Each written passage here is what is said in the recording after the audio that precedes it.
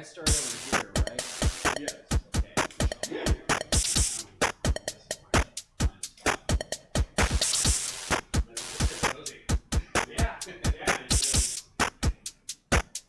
That's why when there's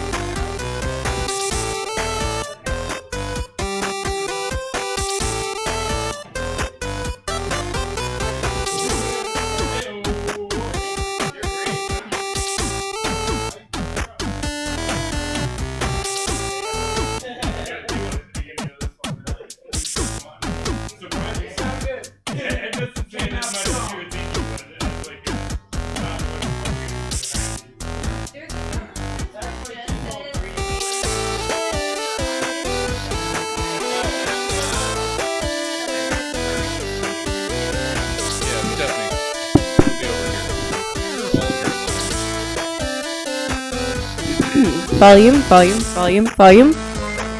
Okay, hello? Meow.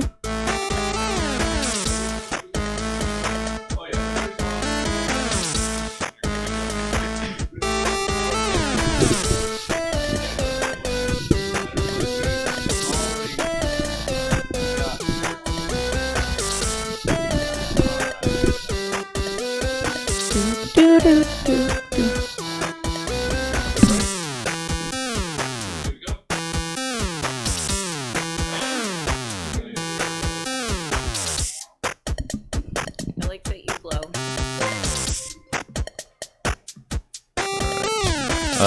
I'm just turning up the light.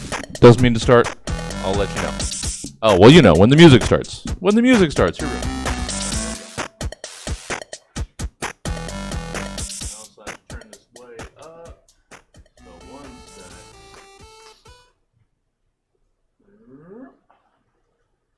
Where is there we are. All right, here we go. The following program is brought to you in living color on NBC.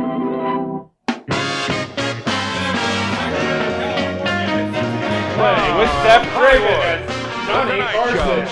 Joining me out Henry Fulham playing Ed McMahon along with Doc Stephanie Ross as Doc Pearson. We greet Johnny's guest tonight. Lola Falana, Serena Holland is Larry Kirk. Bird, Thelonious Taylor, is and from the Lola San Diego Falana. Zoo, Stephen Ferris is Dub Emery. Taylor, and Kelly Brown is Joan Emery. Ladies and gentlemen, here's Johnny! All right. Thank you. All right, thank you. I love Johnny. Hi, Johnny. All those opposed? The ayes have it. The monologue will continue. Is there something special going on tonight?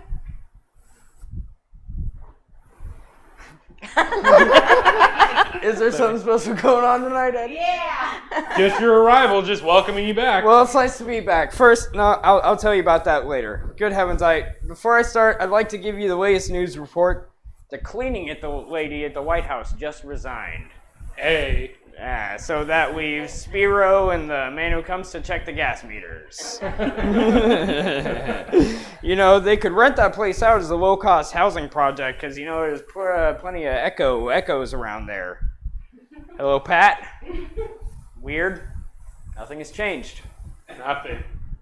I was off for a week and I was up working in a fun city up in Las Vegas, and coming back to work after a week off is my second favorite thing in the whole world. And your first? Well, my first is going to the ocean with a nosebleed and punching a shark in the face. That's a big thrill. But I want to thank, Vicky did one night for me, and Shecky Green was here, and Don Rickles was the last guest host, and that Yeah, I could tell Don was the last guest host because I went to my office today and there was a tire on a rope hanging from the ceiling. And a banana in the ashtray. I didn't get a chance, weird, I didn't get a chance to see many of the shows because I'm on up there at this time when the show goes on, but I imagine it was crazy. He did very good. Very good job. Had some lovely things to say about you. Oh, I bet he did. He's a sweet man. I make jokes about him, but you know that Don is trying to make enough money to send his mother back behind the Iron Curtain. He's a sweet guy, but I miss you. I missed you guys. Thank you. I missed you, and I missed you, Doc. I see. I didn't get you anything, but I missed you. Wow. You know what I missed? His clothes. I did. Every night before I went on in Las Vegas, just to get in the mood, I had to go to see the chorus line at the Foley Chair. The girls see the chorus line over there. I didn't go. That's a new one. You like this? I call this forbidden fruit. Oh, I'm not gonna. You can make up your own jokes at home, folks, if you want to.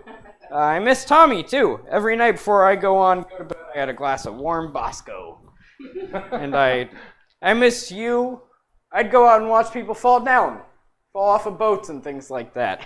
But it's good to be back. You know, it's a funny thing up there. You get out of the habit of reading papers when you go to work. You do your 2 shows a night, so you try to follow. Dean Martin, I did not know till I got back, was married. Yep. Did you know that? Dean Martin went 2 or 3 days ago. Last weekend. It was a simple $50,000 wedding, according to the paper. Only the immediate members of the press were invited. It was a single ring ceremony. Dean thought it was double, but it was a single ring ceremony. Did you know that? What can you say about a wedding that has its ushers Ernest and Julia Gallo? I mean, that's got to be a swinging wedding. Yeah, I guess many celebrities did not go to the wedding at all. It was rather private, was it not? Yes, very private. They're on their honeymoon somewhere. It was one night, and somebody brought to my attention, it was in the paper, a doctor from Long Beach. I think a lot of you will find this interesting. He found in older men that alcohol and sex do not mix. Well, I guess if they don't mix, we're just going to have to take it straight then, won't we? Here it goes. Anyway, tonight we got a big show. Our normal producer, I don't say normal producer, I just said, yes? Well, our abnormal Mr. D. Cordova is in New York hiring bodyguards for our stay there.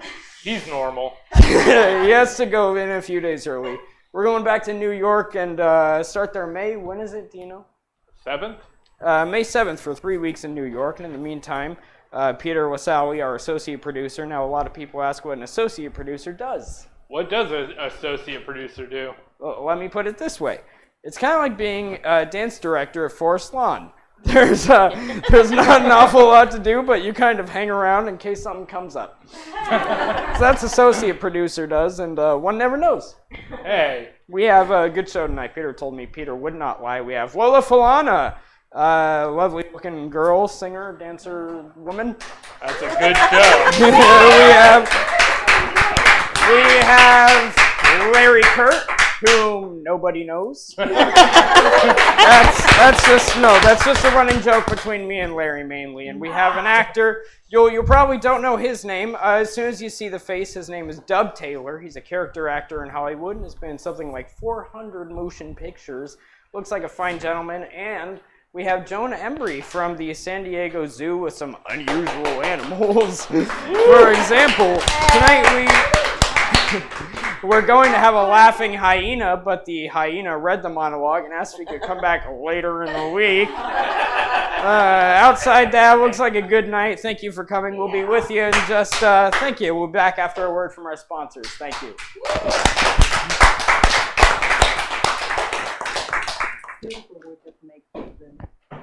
Believe me, it hasn't always looked like this. I tried covering it up with wax, and then I discovered Scott's Liquid Gold. Liquid Gold cleaned and conditioned the wood, brought out the color and contrast. It penetrated the wood, and that dry, faded look disappeared, as well as scratching. The nice thing about Liquid Gold is it doesn't attract dust.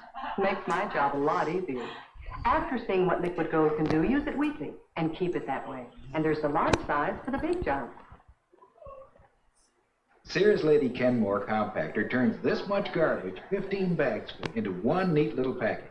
Bottles, bones, cans and all. Lady Kenmore deodorizes while it compacts as much or more garbage than a family of 4 piles up in a week. But it won't work until the hidden key lock is turned on. 15 bags full into one leak-resistant package you dump once a week. Sears Compactors clean up after more American families than any other compactor.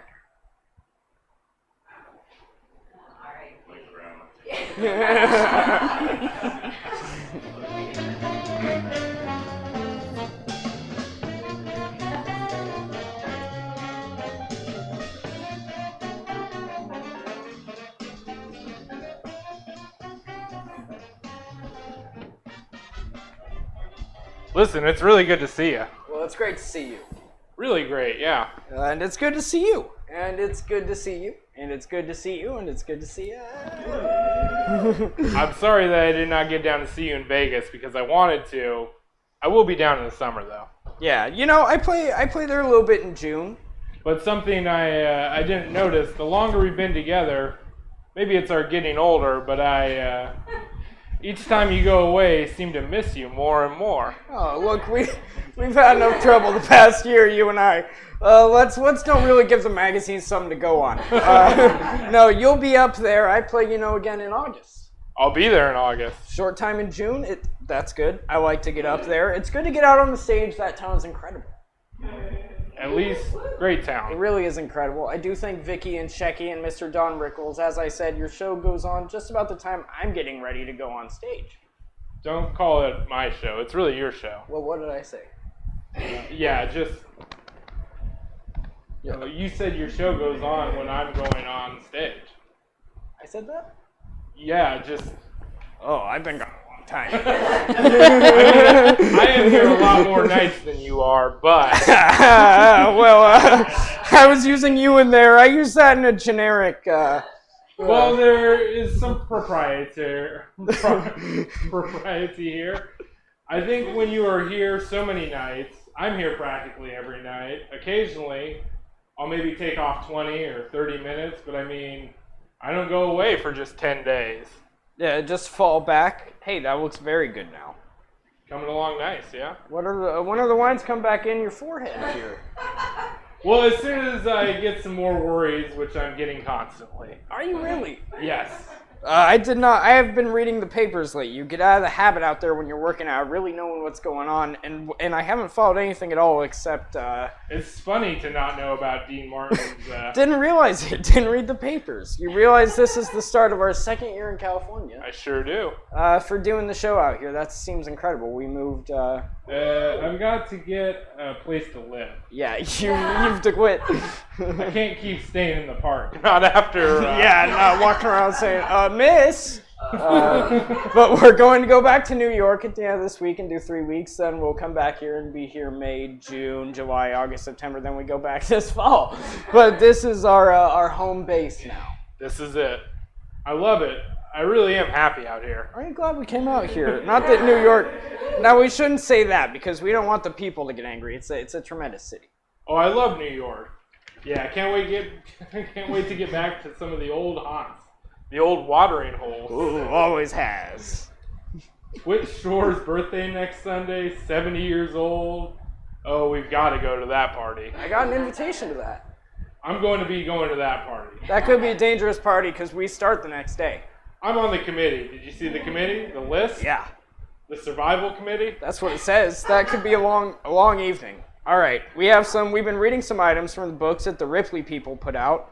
Ripley's Believe It or Not books. Yeah. Yes. And today the Ripley folks have sent us some authentic proof because we've been putting some of those things down like they make them up in an office. Hey, Fred, let's do the one with the 3 years and switch it. They put it in a book. Hey, man on the island of Brokey, Yes, married 433 times. And fathered 600 children, and who knows from that? That will be here Wednesday. That's right. These items were brought to us by Crawford Brooks at the Ripley Memorial Museum in Santa Rosa, California, and most of them are normally displayed at the Believe It or Not Museum in San Francisco. Would you like to join me? I'd love to. Okay. See what they're trying to pass off on us? Yes. I shouldn't say that. They are legit. Here we are at the museum. If my assistant doesn't get here. Okay. All right. Where do we begin? Where does one begin at the museum? I guess there's no particular order in these things. Now, these are for real, folks. We're not making this up. The world's largest shoes. Wait a minute. I got some scotch tape on these. And the world's clumsiest man. Believe it or not. Yes. These are the world's largest shoes. They are size 36. That's right, and they were worn in the 1920s by Robert Wadlow, who was 8 feet 7 inches tall. He was known as the Alton Giant. He died, I think he was only about 28 or 29 years of age when he died, right? Died very young, yeah. But he actually wore these shoes. You'd die young if you had to carry these around. Ugh, can you believe that? Look at that. That's heavy, too. It's gotta weigh a couple of pounds. Wow, look at that. Buried in. What? What was he buried in? His shoes. Very large box. Now, Very they buried large one box. man who was very large. They buried him in a piano case. They what? They buried a man who weighed 1,000 pounds in a piano case. Believe it or not, right. Believe it or not. That's gotta be a record. Mr. Wadlow held another record. What was that? He was the world's largest user of Desenex, which is not Little known. little known fact. Little known fact. Little known. We have here now. I don't know why you shouldn't believe this. Can I lift this up? It says believe it or not. Now this is an authentic African tribal horn. No, I'm assuming that that's this here. Now, why would anybody not believe that? Well, what does it look like? A shoehorn from Encino? That's got to be it. It's got little things. You play these. It was used in religious ceremonies. It's fashioned from a hollow root and decorated in animal skin. Can you play this, Doc? I cannot. Is it playable? It's like a flute. Yeah, but you don't play it like a flute. You don't play it like a flute. Oh, how do you play it? Well, first of all, Ubuntu would send you a message. Yes. well, you have to have a square mouth, you see? No, like this. Oh, that sounds like he just moved in. Oh, I have the wrong end. Hey. Believe it or not. What's that made out of? What? What was that made out of again? Made out of an animal skin, decorated animal skin. What do I know? What did you say that's made out of? Hiya, sweetheart. Do you live alone? No, this is just, believe it or not, this is a replica of an authentic 16th century Chinese midget. His name was. Now, come on now. Come on, you don't believe that. This is now. Listen to me. Look at these shoes. I know that. His name was Chima, and he stood less than 28 inches high. Chima. Chima? Used to get up in the morning and say, Chima, I'm short. I'm short. That's right, Chima. To compensate for being one of the smallest men in history, he grew his hair 13 feet long. That's what they said, and this is a replica. Well, now, Ripley wouldn't lie. I don't believe so. He's a nice man, but that... It is difficult to believe. Isn't there a fellow who's smaller than this now? He works for the Ringling Brothers? No, 33 inches tall, I think the man with Ringling Brothers is now. So 20. Can you imagine? That'll show you. Yeah, progress, I guess. You know, is our most important... Chima. Okay. His parents were Ken and Barbie Ma. Did you know that? I don't know why you shouldn't believe these. These aren't that startling. This is an authentic ceremonial beheading axe. Somewhere in here. We don't have a behead. Used by the Bazongi tribe. The Bazongi? Are they related to the other tribe? That's right, and the Chima. Of the Belgian Congo, the number of forged iron heads in the axe signifies the importance of the executioner. Looks like your Morris metric slicer. Yes, it does, yeah. Do a little thing with Forget about the $2 they were made to sell for. this cuts, slices, shreds, grates. Now what's so difficult to believe about that? It seems very authentic. All right. You know what do you know what this is? Some kind of torture mask? It looks like some kind of torture mask. Well, I'll tell you what is. You're very close, believe it or not. This device is known as Skull's bridal mask. Was used in colonial times. It was put over the heads of women accused of vicious gossip or constant nagging. You know, I think that's actually, that's actually the bag Many here. moons of these. I'm sorry, that's the bag. I understand the president has ordered a dozen or so. What is that? Well, you say, what is this, you ask? That's what I said. What is there? I'm here to tell you, believe it or not, this 1919 check is made out to the Almighty High God and was deposited and canceled by the bank. It's true. How much? Was made out for $9.50. Now, apparently, Almighty High God was the name of an apiarist. Now is that apiarist? Apiarist? Apiarist in Cherokee, Iowa. It's made out on the Cherokee State back to Almighty High God. Very good. And he cashed the... Believe it. That's right. So just Billy Graham, and he takes it right there. Say, this is fascinating. Are you going to tell us this is an oak tree? Believe it. Wait a minute. Believe it or not, there's a 40-year-old fully grown oak tree. Pygmy tree. Oh, a pygmy tree? It comes from a pygmy forest near Fort Bragg, California, where the trees are 25 to 100 years old, and they only grow 1 to 2 feet tall. But this is a 40-year-old fully grown tree. Isn't that The wind must have been blowing from the side a lot. I don't know what that is, but it's 40 years old. You get a little bent. I suppose so. You should see the dogs that come around this little tree. Little tiny dogs? Oh, little dachshunds. Little babies. Chihuahuas, maybe. You rushed by something now. Know what? You rushed by something I now. shouldn't have, believe it or not. These glasses with the rear view mirrors, which I left in my bag. Thank you, perfect. Okay.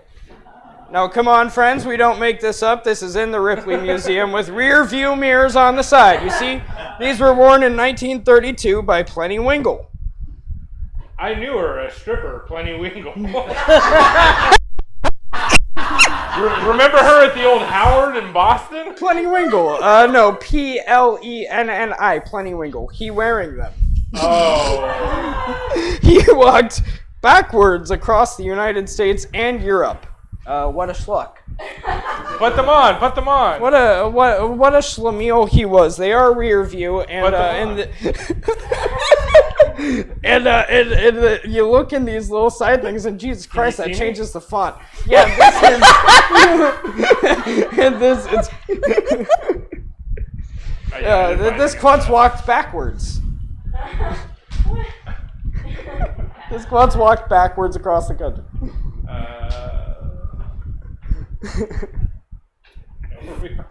Well, you gotta be a beanbag to put these on and walk across the country.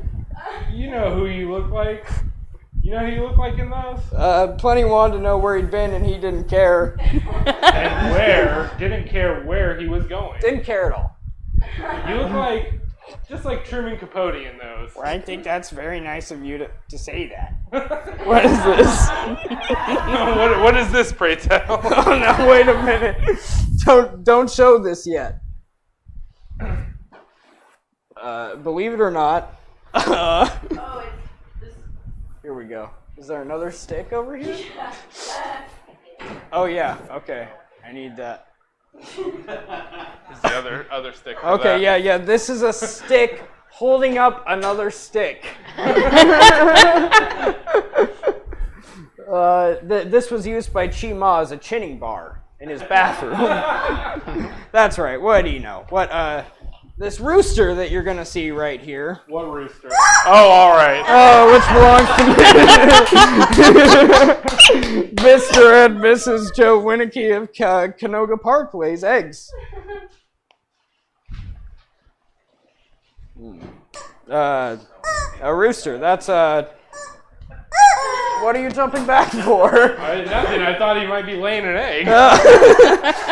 All right. This is a rooster. As anybody who knows anything about roosters and chickens can tell you, right? But it's not a chicken. This is a rooster, and it lays eggs. Well, he's laid something else there, but it's not. When will it start? His name is Geraldine, and it is apparently sexually a rooster, but for some freak of nature, the rooster lays eggs. Did we find out how eggs does it lay? Like normal ovulation for an egg? What do you mean in a minute? It means you'll find out in a minute, not it doesn't lay any. Wonder maybe we should take him out. I don't believe so. I think you're right. This is what happens when you bring a chicken out of Hollywood. 3 dozen a month. Looks like lays 3 dozen eggs a month. Still, that's pretty good. Yeah, you're right. All right. Well, okay. He can't leave. We can't lay an egg on demand. This is not an IBM machine. This is a rooster. No. If he lays an egg during the show, we will actually bring the egg out and show it to the audience. Oh, okay. Poops it on, hatch it. We'll do better than that. That's right. All right. All right. We thank the Ripley people and Mr. Bradford, the gentleman who brought the things here. Fascinating. I like Chima. We'll return with more of our guests shortly. Larry Kurt will be with us in a moment after this break. Thanks a lot. Woo! Yeah, let's...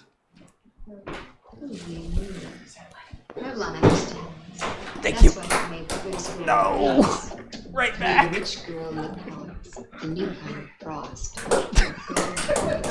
Oh, wait, walk on, never mind. You're gonna walk on. My apologies. Golden pinks that catch the light. Like this. The Good as Gold Pinks by Revlon. At this price, we must be hiding something. A supersized bed. For a limited time, you can buy one of these Simmons hide-a-bed sofas for just $3.99. We usually charge much more. They're covered in fabrics of Herculon, nylon, velvet, and vinyl. 5 styles, $3.99. But for a limited time only. Can't even get a mattress. On sale at your Simmons dealer now. What do they cost now? Do they cost like $1,000 a buck? Like, what the hell? Why would you want to have a bed? It's a pretty long music break. Oh.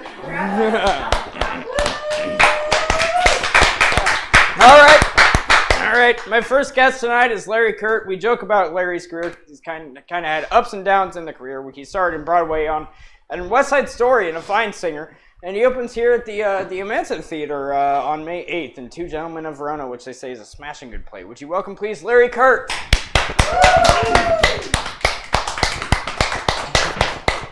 Oh, Larry.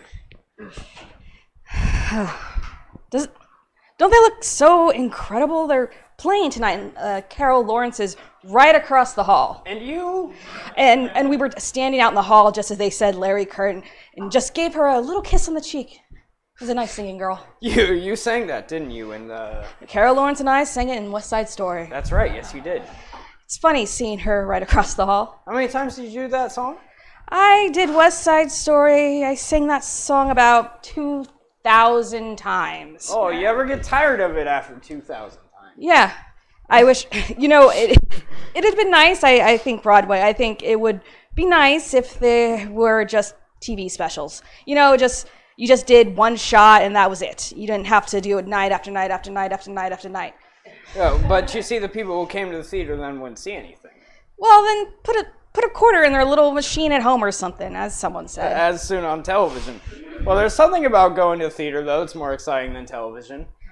I know, it's fun, but it's tough. It's tough doing. I love theater. I love performing. Live. The thing that the longer you're in the theater, the less you need that immediate applause. Really?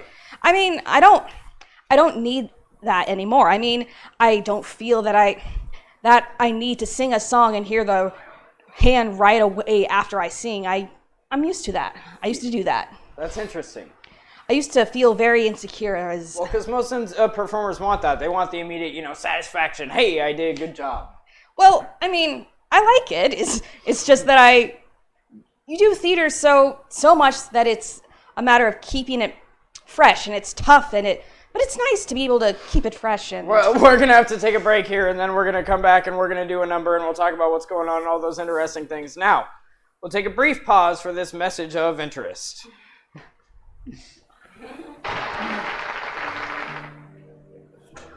Introducing Courant, a fragrance capable of expressing what a woman is capable of feeling. Courant responds to you just as your body responds to your emotions. And as your emotions change, Courant changes. Courant by Helena Rubinstein, a fragrance capable of expressing what a woman is capable of feeling. Fresh meat, fruit, and vegetables. The best reasons yet for Rubbermaid Food Keepers. Rubbermaid's Lock Fresh Seal does just that. Locks in the freshness. And when it comes time to enjoy that fresh from the market goodness, see-through sides show you what you've stored at a glance. Rubbermaid Food Keepers. Pretty, practical, nice to have around.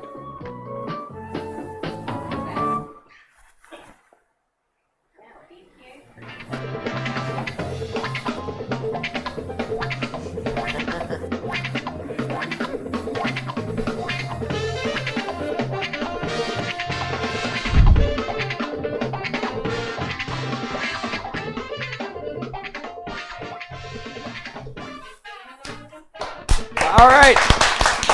If you just tuned in to my guests tonight are Larry Kurt, and we have lovely Lola Falana. We have a gentleman. I'm going to show you this gentleman's picture because most people, a lot of people, don't know his name. I can't find the picture. I found him sitting in the makeup room. What did I do with that picture? I know I folded it up like a blank check. I saw him sitting in the makeup room when they said Dub Taylor. I was one of those people who probably couldn't identify him, but he was made some 400 motion pictures, and he's one of the veteran character actors out here in Hollywood. How many times have you seen that kisser in motion pictures? He's been around. Something like 400 pictures, you know, and the name is known except among professionals in the business. And so Joan Embry with Some Crazy Animals.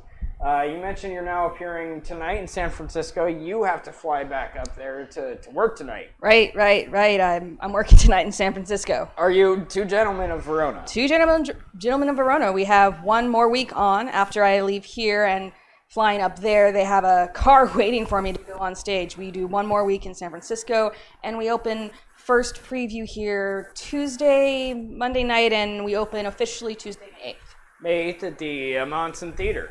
For 4 months. That's great. You ever made, we've talked about your stage period. Did we ever get into the thing about making movies? You came out here once, didn't you? Well, I was born out here. Right.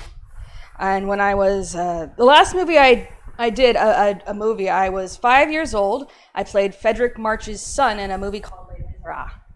Are you serious? I was 5 years old. Yeah. Now, I've seen that picture. That was you. That was me. I'm between pictures right now. Right. Boy, I remember. I remember being at Liberty, but that's murder. Just remember the movie. No, how did that happen? I was an extra in movies and before. Come on. How you get to be an extra at 5 years of age? I was a kid. You know, babies and the people rock the little babies, and my mother had me when I still have marks on my back where my mother used to push me up to the front. Did you have a stage mother? I mean, she wanted... Oh, she wasn't really a stage mother. She just always wanted me to get the job. I mean, she didn't push other people away. She was happy with me being an extra. She would go to the studios, and if there were parts... She would go to the studio, and they'd say, we're looking for somebody with blonde curls or something, and whack, and from my back, or something, and whack, from my back, I'd get pushed into the front, and they'd say, okay, him. And that's how I really got Les Mis. And I was always in the bushes, or I was always running away, and they used to come in and put glycerin in my eyes, and because I had to cry because it was the scene. Oh, that's what they use in the motion pictures, don't they? Something like that. Right, and it was the scene where Frederick March said I stole the bread from my family, and there was a shot of about 5-second shot of this kid with tears streaming down his face. So they put glycerin in the eyes. 5 years old, and I haven't. And then I became Roddy McDowell's stand-in, and then I did all the Roddy's stand-in work on Lassie Come Home. Anytime they needed somebody to photograph with Lassie from the waist down, give Lair a call. You're kidding. No, if Roddy was doing a scene with Liz Taylor on Elizabeth Taylor on a set, they would say, well, let's get a second unit out with Lassie and Larry, and they would photograph me from the waist down walking with Lassie. Yeah, if they need those kind of shots. I did the same thing for Daryl Hickman on the Song of Russia. From the waist down? Waist down. I was Marlon Brando's foot in Julius Caesar. Boy, really? they had a scene. Well, now why wouldn't they use Brando's foot? Because Brando was not there. He was doing scenes with Sir John Gielgud, and they needed up in Bronson Canyon in location. They needed somebody, a shot of Brando getting on the horse ready for attack, and he wasn't there. And they figured they may as well. Why waste time? So they had us all stand up, and they auditioned feet. They looked. I'm old. I'm like 18 years old now, 17, 18 years old. So they looked at your foot. They looked at my foot and they said, that's a good foot. They put me in a sandal and a toga, and I put my foot in the stirrup and got up and they cut, and the next shot is Brando sitting on the horse. They took a shot, but your foot was actually right. I got $12.50 a day. He got $300,000. $12.50 a day stuntman got in those days. Ben Roddy McDowell's legs and Marlon Brando's foot. Also, there was an actor named David Leland who did the last movie with Laurel and Harding called Blockbusters, I think was, and they needed somebody to fall through from one story to another. Fall through a thing, and I did that. I used to do that a lot. I did a lot of. Well, you did a lot of gymnastics before. I know that. Yeah, I was a gymnast in high school, right? Does that kind of work pay anything, really? What? Stuntman? Yeah. Well, now it's. Yeah, not then. $20-50 a day. You remember anything at all when you were real small? I mean, did you even know what you were doing when you were in like Les Mis? Didn't even know what you were doing? No, that's no. Because I was never there. I know I'm. Everybody used to say, "Where's Larry?" And then they'd say, "Where's Mother?" And she was always playing poker with the stagehands or something. Now, you weren't even at school at that time at 5, were you? I was in kindergarten, but when I finally did go to school, I went to you go to school on the lot. I was in school with Roddy and Elizabeth Taylor and Jane Powell. Well, that's crazy. I did not know that. Yeah, you go to the Metro school, and so there was that last motion picture you made was when you were Les Mis. You ever make a screen test? No. Well, yeah, I was in a show called John Murray Anderson's Almanac. Oh yeah, I remember. Harry Belafonte was out one night, and I went on. You played Harry Belafonte, R.I.P. Yeah. Well, I was an EC. No, it was a type. It was a song called "Hold 'Em Joe." Remember that? Hold 'em Joe, hold 'em Joe, hold 'em Joe, but don't let him go. Hold so. Something else sounded like Little Cricket, Gone to Heart. Little Cricket, come see me. Mary, go take the boat. Run away. Senorita, see me. Awesome. Little doggy bark and say stuff like that. Say anything at all. But Harry had a little. Oh, Harry can sing anything. The Yellow Pages sounds fine. Well, right? Yeah, he was right. So he was out. I was also in the show of course, I went to the producer and said, I know the number, because they were going to cut numbers. They said, put him on, and they put me on. The next day, Max Arnau, who was casting director for these pictures, called me into his office, said, we'd like to fly you to California to test for a part of Joseph and his brethren. Oh, I know Max Arnau. They flew me out, and I met with Harry Cohen. I remember going to this big mansion and seeing this rather large man with a large cigar, with a large face, large hands, large, everything was large about him, except the amount of time he took with me, which was very short and very quick. The kid's perfect. Send him back to New York, get him out of Almanac, we'll bring him back here. Flew me back to New York, gave me notice, came out here for under a 6-month contract, was making $25 a day. I was on a per diem. They tested me for Joseph and his brethren with Kim Novak. Kim Novak was also under contract, and pal Joey, and 6 months later, he called me in the office and said, kid, it's silly to waste our money and your time. You just don't have it. This was 19 years ago. You hadn't done anything so far. No, well, the problem is I was so broad. I mean, I was doing things and the camera was right here. Oh, because of the theater. But I was still selling for the theater and not being aware that the camera was a third person, so... Oh, that's interesting. I was over animated, and I was a little, I guess, he got rid of me, and I was afraid to come back to New York because I left, going to be a movie star. So I installed air conditioning units for 6 months for a friend of mine. Back in New York? No, in Los Angeles. Your fail was... In Los Angeles. I was afraid to go back. I didn't want to go back. That's crazy. Didn't you know you did all those things? You're going to do another number for us. Is this a one-man thing in New York that you were going to do still on? With Chris Jean Rede? Yes, sure, yes. Yes, the young composer who since died, who wrote quite a number of songs. Since died, true, about 35 songs. None of them have been published, not many. No, none of them have been published. None of them have been sung. In fact, you've allowed me every time I've been on. I've done 3 now. This is the 4th one. He was a young man. He was a waiter, a young man who wrote these songs, and they were never really sung by anybody. He was killed last year in an automobile accident. I heard his songs and... Christine Rudé. Jean Rudé. Rudé. I got Marty Charnin and Bruce Stark, Edgar Rothman, and a couple of people together, and we're going to do a one-man musical in the fall, and this is one of the songs from it. Love to hear another one. Okay. Right. Here's Larry Kurt. Larry Belafonte passed away 3 days ago. R.I.P.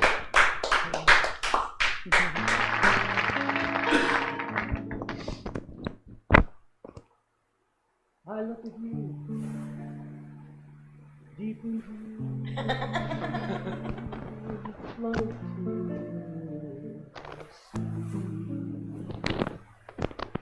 I beg of you to listen carefully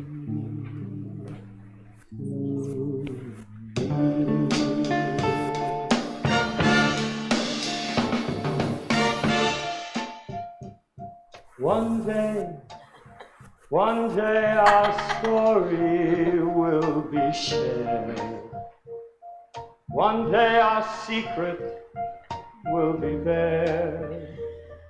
One day the whisper we will speak.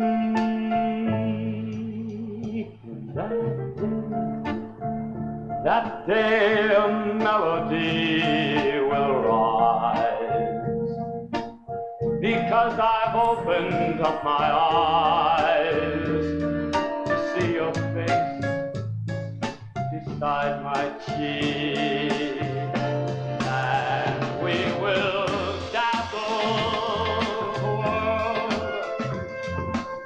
How we'll dazzle this brutal world with a love simply second.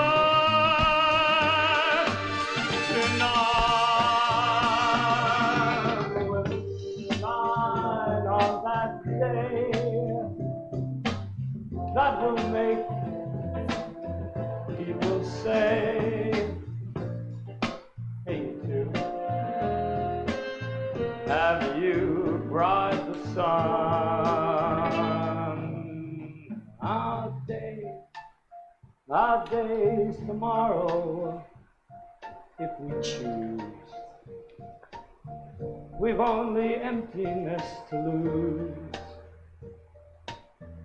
But should the circumstance delay,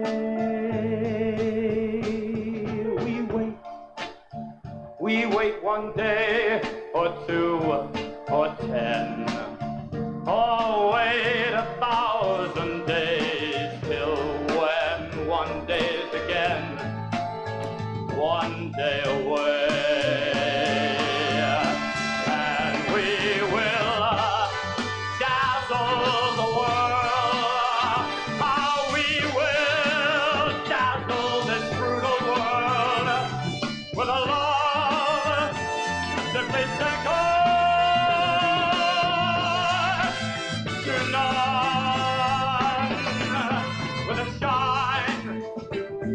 On that day,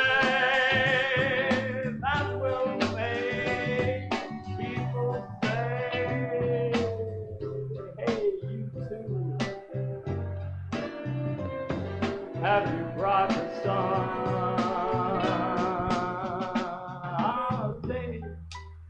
Our days tomorrow, if we choose. We've only emptiness to lose. But should the circumstance delay,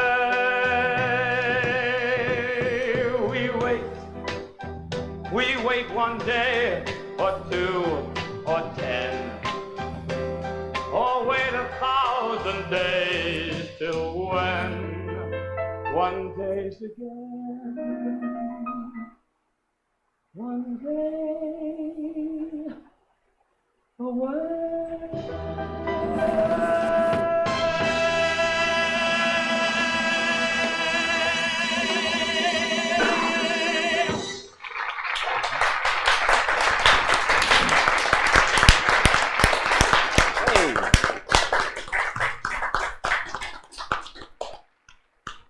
All right.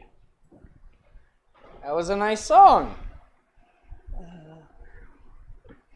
Yeah, I think really writes good stuff. Is there a projected date for that show in New York? Well, we were going to for October. There's possibility we know we have to decide if is the fall right for this or the spring. So we either on October or January. Oh, look, okay. I know I gotta let you go because you got a camper outside and you gotta go back to San Francisco.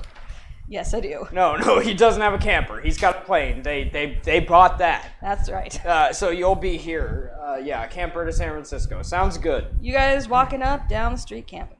You've got to be here. May 8th, the Monson Theater, which is sounds like abroad. May 8th, and Monson Theater, right. Thank you. We'll see you when we get down there. Thank you. All right. Thanks, Larry.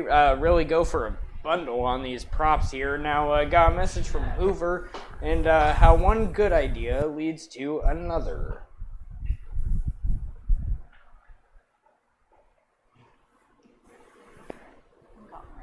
We took the beats as it sweeps as it cleans action of a Hoover upright and combined it with the convenience and power of a canister. Everybody just scoots down. It's like the couch. Now we have the Hoover Dial-O-Matic. Great for carpets and above-the-floor cleaning. The Hoover Dial-O-Matic. 2 great vacuums in one. The only thing better than the Hoover Dial-O-Matic with power drive. It's the only self-propelled vacuum in the world.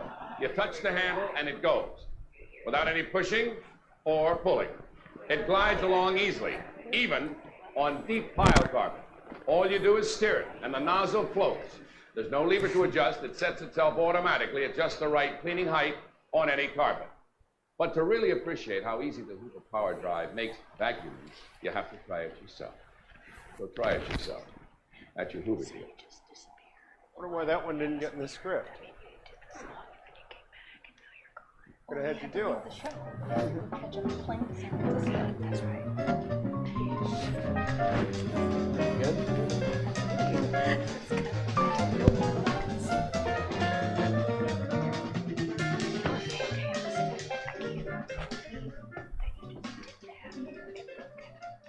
All right.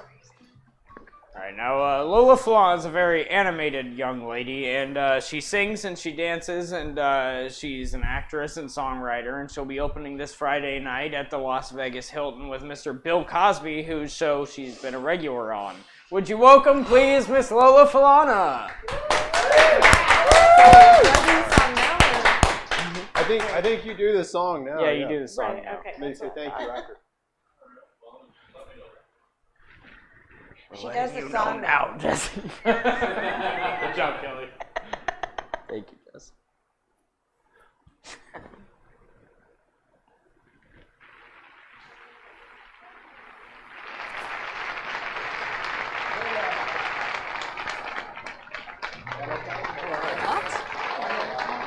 You've been a regular on. Would you welcome, please, Lola Falana?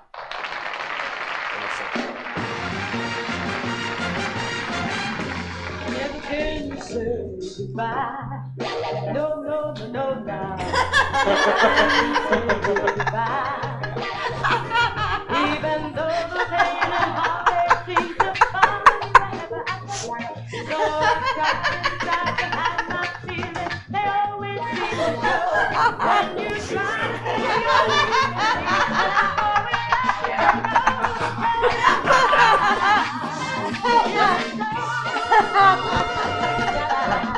I never can say goodbye. No, no, no, no, no. I never can say goodbye. Every time I think I've had enough,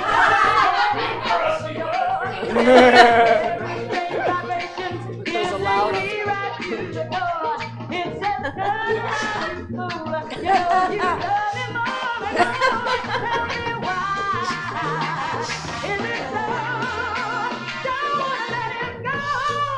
I never can say goodbye. Ooh, baby, I never can say goodbye. I never can say goodbye. No, no, no, no, no. I never can say goodbye. I keep thinking that our problems soon are all gonna work out. There's that same unhappy feeling. There's that anguish. There's that doubt. There's that same unreal hang-up. I can't do anymore without. Tell me why. Is it so? Don't wanna let it go. I never can say goodbye. Ooh, baby, I never can say goodbye. No, no, no, no, no, no, no, no.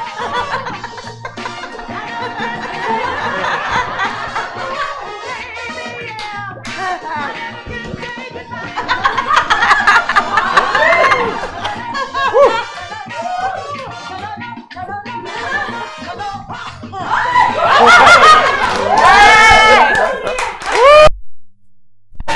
All right.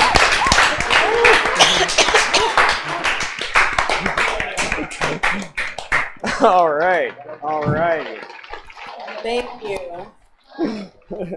You certainly know how to finish a song. Yes. Yes. Oh, wait.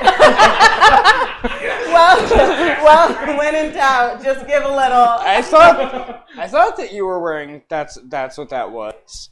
It's a bullet belt. One time I went to Canada. Yeah, those are real big around the country, aren't they?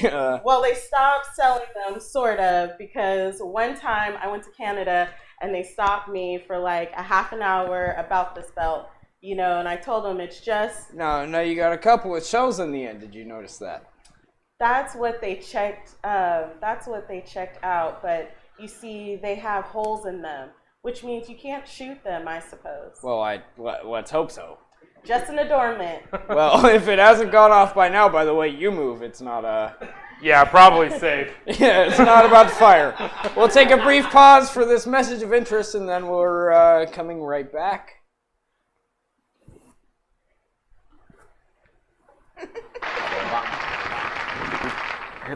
Nobody wants to put underarm stance.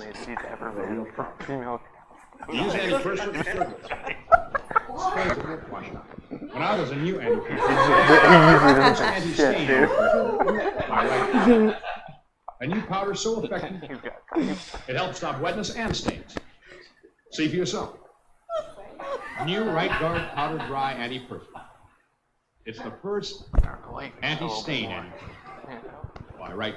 How sweaty were people back then? The richness of 100% Colombian cotton comes from the richness of Colombia, from soil made fertile by our ancient volcanoes, from just enough rain, just enough sun, from men like Juan Valdez, who make it with beginnings when they are ripe and heavy with flavor. This is the richness you can find at your grocers, in cans marked 100% Colombian coffee.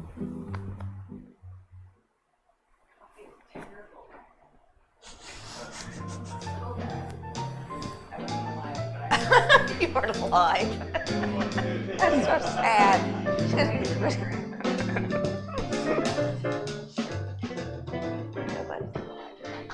Breathe with me. Welcome back. We're talking with Lola Falana. Somebody told me you've been to Italy since you've been here. Yeah, I I envy people who could travel. I mean, I really do. I've been gone for 6 years, and I went over to 8 TV series for television. Oh, you mean you've been wanting to go for 6 years? No, I've been going. This is my third time doing TV series over there. I got 3 films, about 5 or 6 commercial things like stock, and this year Then you're pretty well known over there. I'm number 1 in Italy now. Is that right? That's sensational. They know me pretty well in Redondo Beach. Did you know that? Number 1 in Italy. I don't get out. Do you like Italy? I really love it. Yes, I go over there and I get a chance to really stretch out and do things that I got my nose broken over there, but you don't have to go to Italy to do that. No, we were doing a ballet called Shaft. They had me jumping off of a thing that was high, and that's not where I got hit. I got hit is after I got on the floor. They threw me up and flipped me, and then coming down, one of the dancers was pulling back, and he hit me right here. And but I continue to dance. You see, I never stopped. The show must go on. True words from the heart. Kept right on dancing in there. I get a hangnail. I take the day off. Go right into Mount Sinai for surgery, and my threshold is not that big. No, but at the end, I gave a great faint. You wouldn't believe. Oh right, Oh, honey, fainted. Somebody said, "What's the matter?" I said, "Don't disturb me when I'm fainting, honey." I know. Now, I heard this is probably another one of those myths or cliches that men are aggressive in Italy. They say this or that. We've gotten some mail from Italians that say now that's a lot of, that a woman cannot walk down the street without the men patting and pinching and all that. Now, that's not true, is it, really? No, it's not. They appreciate women. I mean, you when you walk by, they saw you, but what do they do? Do they whistle? Do they? Yeah, Do you ever walk down 8th Avenue during the construction workers during lunch? Hey, that they've seen you go by too. Hey, Barney. But yeah, they never touch you. Now, what do they do in Italy that's different? Are they a little more genteel? They never touch you. No, they never. They've never touched me. Of course, the brown bomber has an attitude of, look, but don't touch. You really? Pretty cool, huh? You know what I mean? Just an attitude that you carry. People know what they can do and what they can't do. Women can't do that, can't they? Really? They can. What's the word I want? They can. Aura of. No, they can invite that type of thing. That's also an aura. Yeah, that's an aura. Yes. Or they can negate it. They can negate it just by the way they look as well. Yeah, when I was coming back, I was flying Air France, and I came through the aisle, and the cart was there, so I had to sort of squeeze by, and this man was sitting, and he went, "Oh, mademoiselle," and look, these little buns went by, and he went, "Oh, mademoiselle," and I said, "Suffer." That's an aura. That's an aura, all right. Of course, your husband's a pretty good sized fellow, isn't he?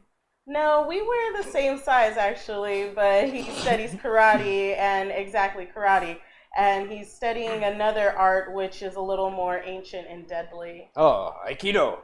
No, he told me I shouldn't say, but it's Kung Fu. Oh, Kung Fu. Oh, sure. And we've been practicing about the house, and I'm not bad. I could throw you a couple of times, and... Well, what do you want to do that for? Well, one never can tell. There's a lot of crazy people out there. I was on a stage just singing my little heart out, shaking my little self silly, making my little chump change, and I closed my show. I came off and I was going through the lobby, going to my room, and I heard this man and woman arguing. And she's saying, "Well, I'll rip her head right off. I'll kill her." She was talking about me. I don't know her, but he might have said, "Wow, she's cute," or she's, something about her he liked the way, and she automatically said, "Oh, I'll punch her out." And that's where you go Kung Fu. So it's a definite pow. Oh wow! Did you see that? Wait till you see the leg lift shoot up. No thanks. No thanks. I'll take your word for it. I understand you have some history in making news from Detroit Ed. I do, John. Can we see it? Kung Fu. Just read it. I don't know. Yeah, just read I don't it. I know. forgot to give you the car. Oh, the car thing? Yeah. If yeah, there's lines. Or they can play it. Just that Just can play do it. it. Just play it. I don't need to do that part. We don't have a car? All right. 73 AMC Hornet. It comes with a piece of standard equipment no other car company offers. The American Motors Buyer Protection Plan.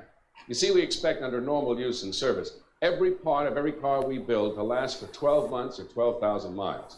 Or we'll fix it free. And we do mean every part. Drivetrain, brake linings, everything except tires. Right down to the light bulbs. So if you're thinking about a new car, go down to your AMC dealer and see why we say we back them better, because we build them better. Most car dealers tell you they stand behind what they sell. American Motors dealers let their customers tell you. In so many cases where I've dealt and bought cars and things, you feel like it's a one-shot thing. So long, baby, I got your money, goodbye. But it isn't that way with this American Motors dealer. They always remember our name. Every time we walk in there, high hat, high bets, and we don't feel like strangers. And this is a pretty important thing, because if they take the time to remember you, they're also going to take the time to take care of you. AMC dealers, where you get a good deal and a good deal more.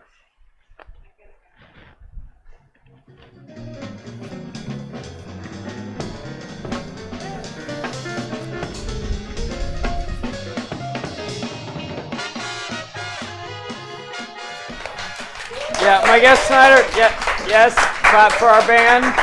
Clap for our band. If you saw this gentleman walking down the street or in a restaurant, you'd probably walk right up and say, "Hey, how are you?" Because he's that familiar. He's like a member of the family. He's a well-known character actor who's appeared in over 400 motion pictures, and his latest film is called Pat Garrett and Billy the Kid. Would you welcome, please, Dub Taylor?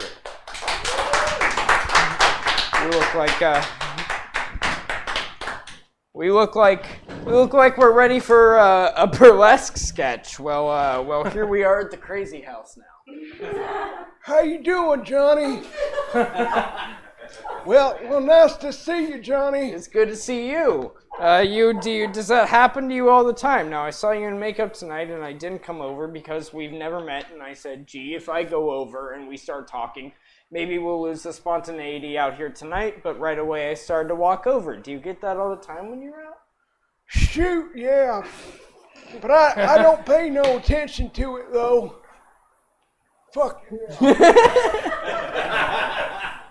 Yeah, don't people come up and say, what did I see you in? What's your name? And shoot, yeah, I get it all the time. Is this a golfing hat? Yeah, I'm reading about the weather. You have to. I'm bald-headed. Oh, just a little touch there. Yeah, but it keeps me. I get kind of cold up on top there, Johnny. Yeah? Yeah. Shoot, yeah. Yeah. Well, how long have you been in motion pictures? Did you decide to... Somebody said over 400 motion pictures already. Well, you know, everybody says 400, so I thought it might be like all the rest of them. Well, I've done a lot of pictures, but I started in 1936 with Frank Capra. Picture called You Can't Take It With You. Well, it's a classic. You Can't Take It With You. That was a classic that year. Yeah, thank you. Yeah, I had a lot of fun and kind of funny what happened to me in the thing, though. Well, how do you get a part like that? I mean, you just don't walk in and say, "Hey, I want to work for you, dear Mr. Deer Capra." Shoot, I heard they wanted a xylophone player, and I went up and saw the casting director, and the casting director said, "Well, we can get all the xylophone players we want, but we want an actor. Mr. Capra looking for an actor." I said, shoot, I can act. He said, well, I'll tell you what. I'll take your name off there. I'll call you. You know, just like that thing you say, don't call us, we'll call you. Well, the next day, they called me, and I got caught in the rain going over. And they looked me up in Mr. Capra's office, and I was sitting there. I got wet, and in walked Mr. Capra. He looked at me and said, "Why, you all sad, boy?" I said, "Just fine, sir. How are you, sir?" I don't know where you got, you know, people always kidding you about the way you talk. So I went in and he said, "Dub, have you ever done any pictures?" I said, "No, sir. But I've got to do something. My wife's gonna have a baby." And that was the truth, too. He said, "Well, we've got to do something for you." So I made a test the next day with Zazu Pitts. But I didn't want to tell my wife because I baby about was going to be born pretty soon. You see, I didn't want to mess up anything, so I went and did the thing, and then we broke for lunch. I didn't have any money. So Art Black said, "Dub, don't you want to come on out and get something to eat?" I said, "No, sir. I better stay here and rehearse." But anyway, I did the thing with Zazu Pitts, and that was the first picture. Yes, and that was the first picture. 36. So I've been in, from then on I've done, in fact, all of Mr. Capra's pictures. He was one of the nicest person I ever did meet, too. Did you ever think when you first met and for that picture you'd spend the rest? Have you done anything since 36 except being an actor? Well, you know, I said I played a lot of clubs and things like that. I was an entertainer, and I played all the clubs down all around, but I can say, not for one thing, Mr. Capra out here, he's the greatest guy I ever know. I wanted to... And one of the great directors, too, of all time. And still was. Thank you. Where's that? Now, where's home for you? It's got to be down south somewhere. Augusta, Georgia. Augusta, Georgia, yeah. Yeah, I was born and raised in Augusta, Georgia. Well, how'd you get out to Hollywood in 36? What brought you here? Well, like I was in vaudeville, and then I came out here, and I played all the time, the time and everything. Vaudeville? And then there's how I started in pictures. And after you can't take it with you, I started making Wild West pictures. Yeah, you... I made a lot of Wild West pictures. They put me under contract. I was over there for 13 years. And I stayed over there for 13 years. And I went over to Allied Artists. And then from them, I've been freelancing. Yeah, dude. I gotta ask, did you ever take any acting lessons at all? Sir? Do you ever take acting lessons? Shoot, no. you just get up? No, just same old stuff. Just get out there and do it. Like Sam Peckinpah, get out and do it. Sam told me to tell you, to be sure, and to tell you hello, Johnny. Yeah, thank you. He's another fine producer and director. I just finished in one of his pictures called Pat Garrett and Billy the Kid. Right. He likes them rough. You know, dirty. I like them dirty too.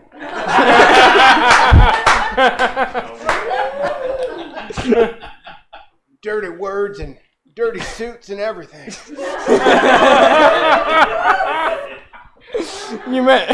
You mentioned xylophone player.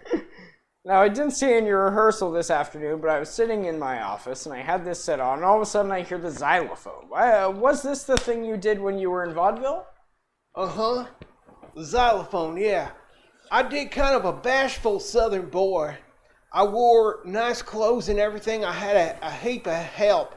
And I just went out and played the mouth organ then knocked off a piece on the xylophone. She said, well, we got one for you tonight. Are you, you're going to work with the fellas in the band, or are you going to do this by yourself?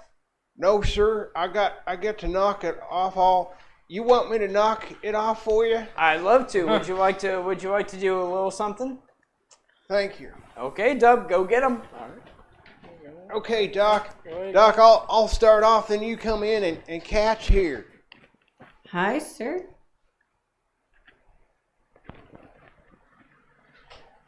Doc, I'll start off and then you come in and catch me, yeah? Wait there, Nick.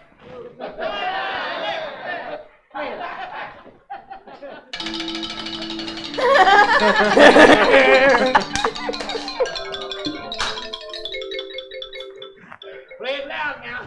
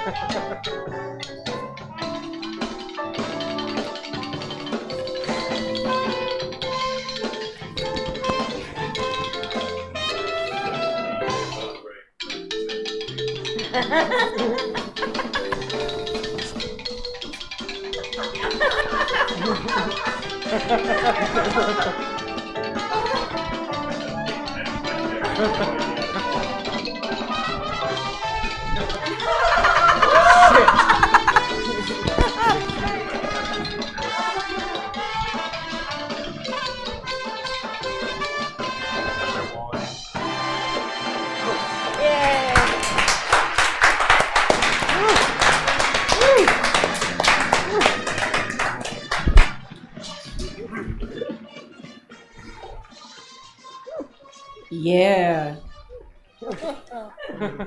All right, what's next? Look at that. Never guessed you were ever in vaudeville. You got all those little moves. Hello there, friends. Did all of them, Johnny. Yeah, you remember an act called Professor Lamberti?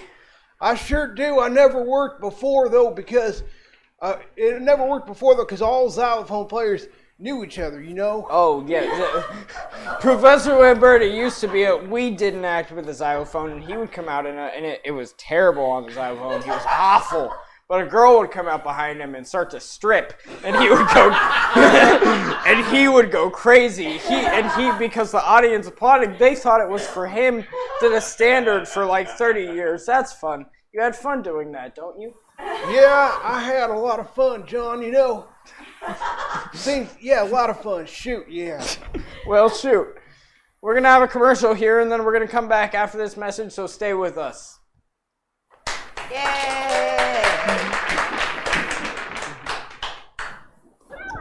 Back in 1893, Dave Lennox built his first furnace.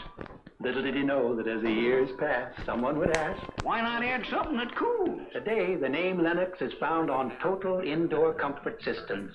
Nifty weather machines that warm, cool, even clean the air and control humidity in homes and buildings. Attaboy, Dave! Look in the yellow pages for Lennox Quality Systems. Nice going, Dave. This is the pizza snack tray from Geno's. It's pizza. Real pizza. 15 little pizzas with sausage, pepperoni, and cheese. It's a snack. Just right for kids, or midnight snacks, or parties. And the tray. 15 Geno's pizza snacks on their own heat and serve tray. So when you have pizza, that's a snack on a tray. What have you got? The pizza snack tray from Geno's. In your grocer's freezer. Oh, it's Geno's with a J.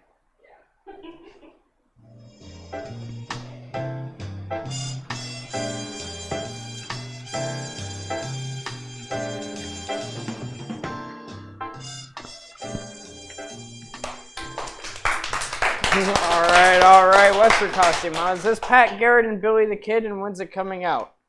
No, let's make a horse. I want to show that, because that's... Richard Harris. The man, yeah, with Richard Harris. How'd they black out your teeth? Was that tape? No, I just take them out. You just take, you're a method actor, huh? I'm ready, of course, I'm ready. Method, yeah, you know, you're talking about method, John. I was doing a show, Gunsmoke, and this New York actor, he's a method actor. And he's got to have all them motives and everything. So in this scene, next scene I had, I didn't know him before, but I mean, I know he's from New York and everything, method acting. He said, Dub, he said, you got to cry in this next scene. I said, shoot, that ain't no problem. Yeah, but you got to cry. It ain't no problem. Said, well, you got to have a motive. This ain't no problem at all. I said, all I got to do is start to think about the finance corporation and start bawling like a baby. I want to ask you. You were with Richard Harris. Yeah. Now he drinks pretty good. Did you ever toss a few with Richard Harris? No, I didn't. But I know Richard. I did. Until you snapped a lot on the bubbly. I used to snap on it myself. Oh, did you go for the grape over there? No, but I quit 25 years ago. Oh, I see. Yay. Yes, yeah. Yeah, I got mean while I quit. I got sick and tired of being sick and tired. Were you a pretty good drinker? Yeah, I drank a lot, but God said to me, he said, do you feel better? And I said, I feel a lot better, but I ain't as smart as I used to be. But I used to drink about a quart a day. A quart a day? Yes. That's pretty good drinking. Huh? I said that's pretty good drinking. Shoot, you know it is. But anyway, well, there's no end to that, though, is there? Huh? Well, you keep that up, there's no end to that. That's too much drinking. No, I like to mess myself up, and I got a wonderful family, my wife, Debbie, and you look in great shape, too. Huh? You look in good shape, too. Oh, shoot, I play golf and take exercise and everything, but I used to carry around in a pint bottle, put this in a pig sack, and I hide it, and I could find it, but this time my wife got it and hid it on me. And I got a bird dog, and I took my dog out to the address, and I taught him how to retrieve, smell. I'd rub him on the nose, and I got back in my room where I thought it was, and I said, "Dit."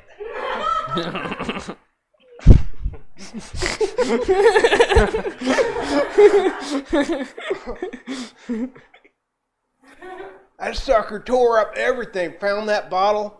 I brought it to me. Ed, you got something new to work on. That's true. I'm going to bring out this next young lady. She's been with us before. She's the Goodwill ambassador to San Diego Zoo, and aside from her helpful advice about the care and feeding of the fellows in our band, she's brought us some other animals to show us tonight. Would you welcome now Joan Embry?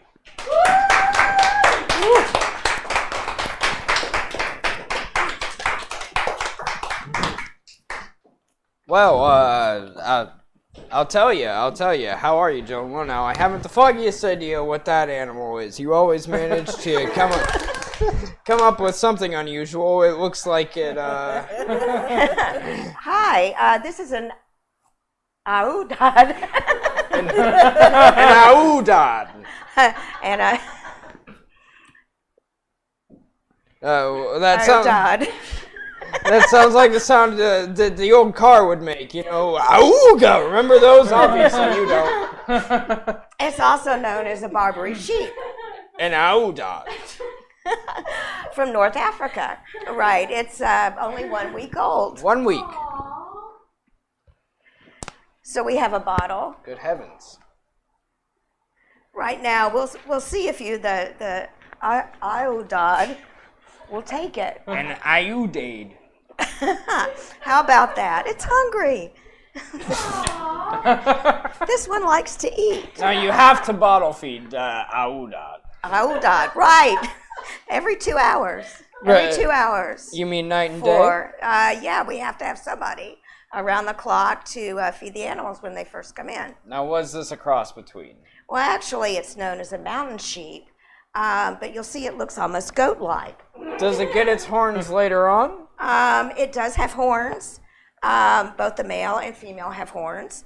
Also, the reason it looks like a goat, it looks like a billy goat, because it gets a beard right here, and it has fur on its legs. No, I've never heard of that animal before, and I was... It's the only sheep-like animal in Africa. Now, do they use these, they raise these for food, or is this a domesticated animal, or is it... Well, they have been used for food. They use their skins as well. This one is one type of animal that is readily raised in zoos, and they breed quite well. And most animals... Hello there! As you know, we have quite a few that did not do well in zoos, and these are... You still got the umbilical cord tie, haven't you? Yes, and also see the iodine that we placed around it to disinfect it. And part of the umbilical cord is still tied there for being so young, just a week old. Right. This animal is a ruminant, and it has a... Is it what? A ruminant, like a cow. It has a 4-chambered stomach, which means it can eat quite a bit of food, and then later on regurgitate and digest it. All right. See, they're very awkward with their long legs and... Yeah, don't they just... how long do these live? Do they grow into maturity? Well, they live about 15 years. Now, this one will be nursing for 4 months until... Isn't that cute? All animals are cute when they're small, aren't they? I think so. I think all babies, even the ugly ones, some of the people think are ugly are really cute. They're considered the most ugly, the cutest, really. They're the most unique. And that's just plain old milk and... Right. Well, we have different milk formulas for different babies. It's the iodide milk formula. Can you see going into your corner grocery store like a kind of iodide milk? See, now this one nurses very well, but we spend hours and hours and hours sometimes with the brand new babies trying to teach them how to nurse, and sometimes they just... Really? Do they normally nurse from their mother? Well, if they do nurse from their mother, we sometimes don't get them. It's the weak ones or the ones that need special care that we get for the nurseries. And many times if they're weak, they don't want to nurse. See, this one is very good. You just nurse with your finger. Oh, okay, let's see what you got for us now. Do you have to take that one, we better take him back. Right. We'll take this one off. Get the poor nurse. Okay. Want to do a commercial first? Okay. Take your time, and we'll do this commercial. Then we'll be right back with a what do we have? A laughing hyena, a rhea, and an Aldabra tortoise right here on our stage. We'll be back with those animals in just a moment. Here's a word about Tang and General Foods.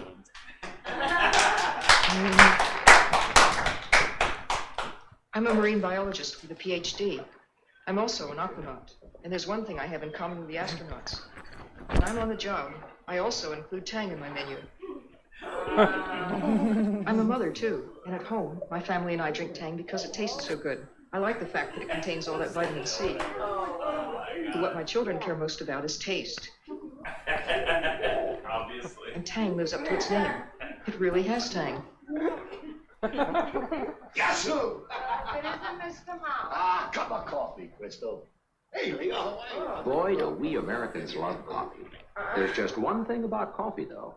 Sometimes it's bitter. We'll have the usual. So a lot of people drink Sanka brand decaffeinated coffee. We take out a lot of the bitterness when we take out the caffeine. You're gonna like that, Leo. Sanka gives you a less bitter cup of real coffee. And if it's less bitter, it's better.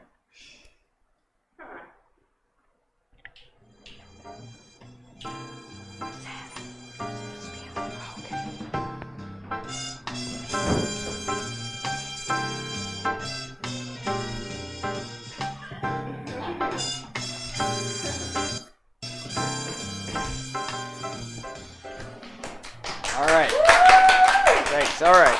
You want to see a tortoise? It's a tortoise. I just walked backstage. This is an Aldabra tortoise. Joan? Wait till you see this. You gotta be kidding. You believe that? This is for real. This is the giant tortoise from the Aldabra Islands. I thought you were going to come out with a little tortoise. Well, this is, we brought this little desert tortoise to show the size of the hatchling Galapagos tortoise. Whoa. That's the size when they hatch out of an egg. Now this is when they're egg-laying mammals, aren't they?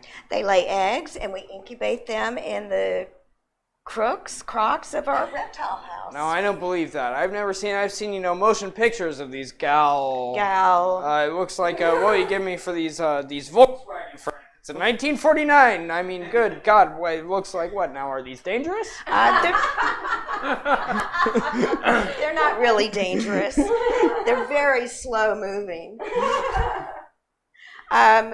If you stick your fingers in their mouth, they're prone to bite down on it, but not actually. They're more in danger because of humans than we would be by them. Well, I don't intend to do that. Humans have killed them in the past. Oh,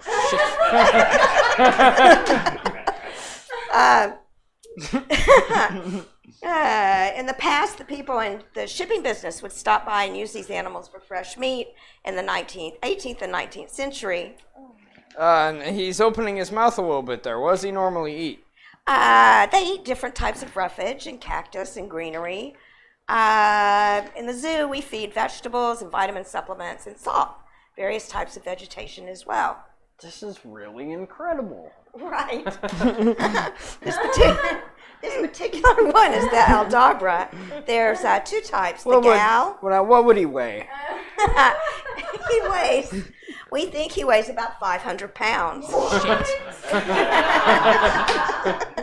They believe they have reached weights up to 800 pounds for this particular tortoise. No actual teeth. Do they have teeth as such? So kind of a like a ridge, like right there. Oh no, he won't reach out and snap at you. He's not that quick moving. But, that's my line. Well, sorry. What does he do all day? Well, we'd like to think. I mean, seriously, he just lies here like this? They eat, and we'd like to think they have some amount of breeding. We've had successful breeding with them. As I mentioned, they hatch out about this size from the eggs that we incubate in our reptile house. And do they breed well in captivity? I mean, they breed slowly, I assume. Actually, it takes about 110 to 130 days for the incubation of this particular gestation period. That's incredible. Is this the kind you get on, you see them, ride them? I mean, people sit on them. Right. Well, we've had the Aldabras. Right. We've had the Aldabras in our children's zoo and allowed the children to ride on them in the past. Now, that is really incredible. We don't know the particular age of this one, but we believe somewhere around 100 years. And there have been accounts of them living up to 152 years. Now that's really incredible. So that makes them really the longest lived animal, I believe. I've never seen one that large. Isn't he gorgeous? Oh, look at the size. I mean, compared to this. That's right. And we don't know how long, again, that it takes them to reach maturity. Some people say it's about 25 years. Does that look silly? Okay, we'll bring our next animal so we don't get too far behind here. Now we've got a Rhea. Is that the next one? It's that's right, a Rhea. A Rhea. Now what a Rhea is? No. Maria, I just met a girl named Maria. I don't know what that is. That almost looks like a prop, doesn't it? That doesn't look for real. A Rhea, you say? Yeah, let's take the Rhea over there and talk about it over there, shall we?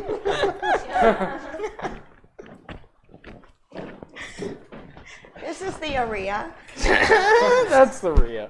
This is the Rhea. this little fowl. Now it looks like an ostrich. It does look like an ostrich. Actually, it's considered the South American ostrich. It's from South America. The grassy regions. Well, they have very strong feet, don't they? Yes, and they use their feet for protection. They are a flightless bird, and you can see his wings are very small, and the only means of protection is either to run or strike with the feet. They can certainly break your arm or whatever when they strike you because they are so powerful on their legs. And this is just a baby. Right. This one is only a couple of weeks old, and once they reach 1 month, at the second month on, they gain about 6 inches every month.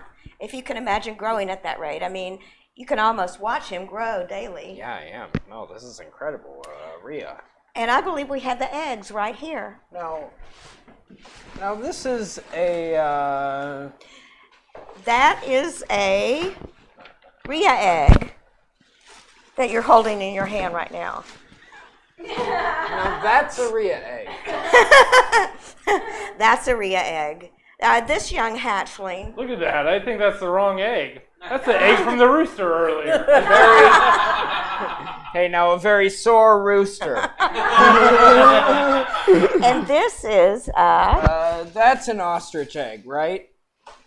African ostrich. That's the largest egg laid. Not on this show. and not ever, but the ostrich has the largest egg. 3 pounds and 1 ounce for this particular one. That's not the largest that they can lay. They're capable of. Got to break a few. Good heavens, you say. Good heavens, and the Rhea gets to be about the same size as the ostrich? Right. By the way, the ostrich eggs takes about 50 minutes to hard boil if you're interested in eating one. 50 minutes. Okay, that's crazy. Now we've got... I guess we forgot about our tortoise. The tortoise was getting bored. He says he was going to split. Sat there for 30 minutes and didn't move. Okay, now what else do we have? We have our hyena. Looks like the hyena. We've got a laughing hyena. And we'll find out. We'll tell them, looks like the hyena, and we'll tell them a couple jokes, see if the hyena really laughs. Guy went into a parrot shop, and hyena will just sit there. You know that. Have you ever seen a hyena before, Lola? Yes.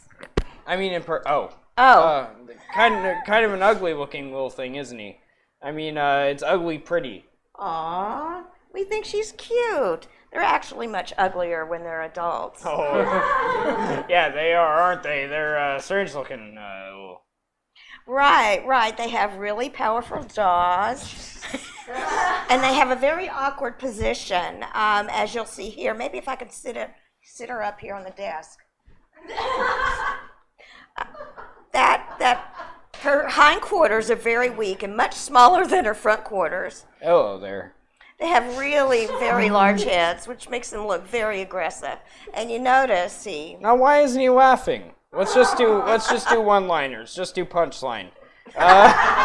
These 2 Jews got on a streetcar.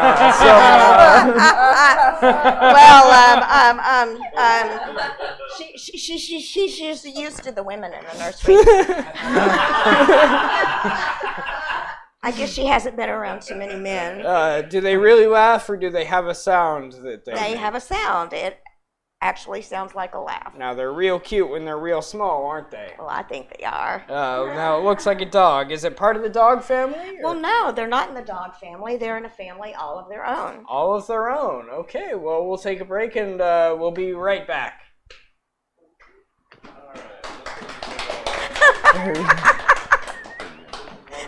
We're like, God.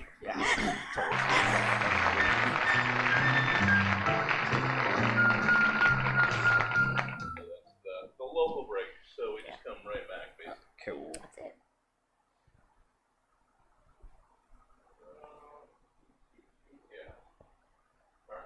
Success.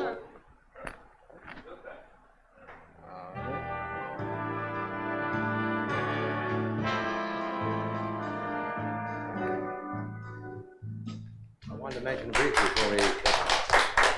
Now, I wanted to mention briefly before we say goodnight that the Wild Animal Park in San Diego is celebrating its first anniversary this month.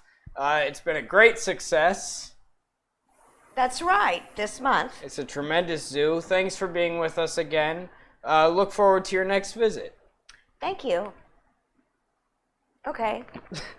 Dub, thank you for being with us. Lola, good luck up in Las Vegas with Bill. And tomorrow night, Ben Gazzara, Jackie Susan, Margot Kidder, and James Darren. Good night.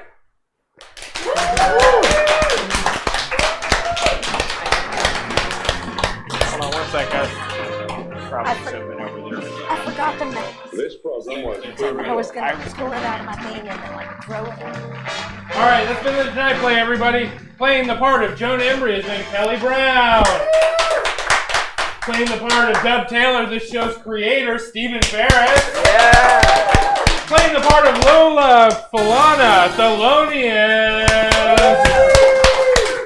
Playing the part of Serena Holland, playing the part of Larry Kurt, Serena Holland. Yeah. Playing the part of Doc Severinsen, Stephanie Ross. Hello. Big round of applause for Johnny Carson tonight. Seth Raven, everybody. And I've been Henry Poole and Ted McMahon. Have a good night and get home safe. All right, everybody, that is it for the Tonight Play and for us for the night. Thanks for coming out. Check out SamComedyTheater.com for our calendar of events. We're here live in person Thursdays, Sundays, and we stream everything we do 6 nights a week, on average. Let me turn those down so I don't blow our ears out when I do the goodbye. All right. So yeah, thanks for coming out. Check us out again. SamComedyTheater.com. We'll be back tomorrow with How My Hamster Died. Stories of the deaths of hamsters. Yes, that's a show at 7. And then 9 o'clock at Strip Comedy. Again, check out the calendar. We'll see you back tomorrow. Hey, online audience, let's send you some. Let's see who's still live. See where we can usher you off. Continue your evening. Let's see. Any of our friends? I think who's doing friends? Really well. How about? Here's the check. Oh, there it is. How about 5BB? I don't know if that's somebody sent over to her. So hold on for the raid. We'll see you guys back here tomorrow.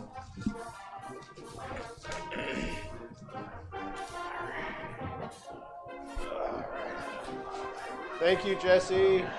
Thank you, Jesse, for allowing me to sully your stage. I don't know.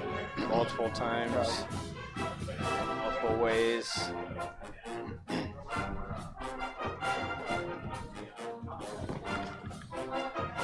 Thanks for coming. Yeah.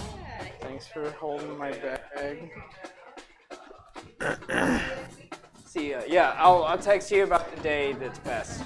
All right. Jesse, would you like to? Good show, buddy. Yeah. Are you on the button?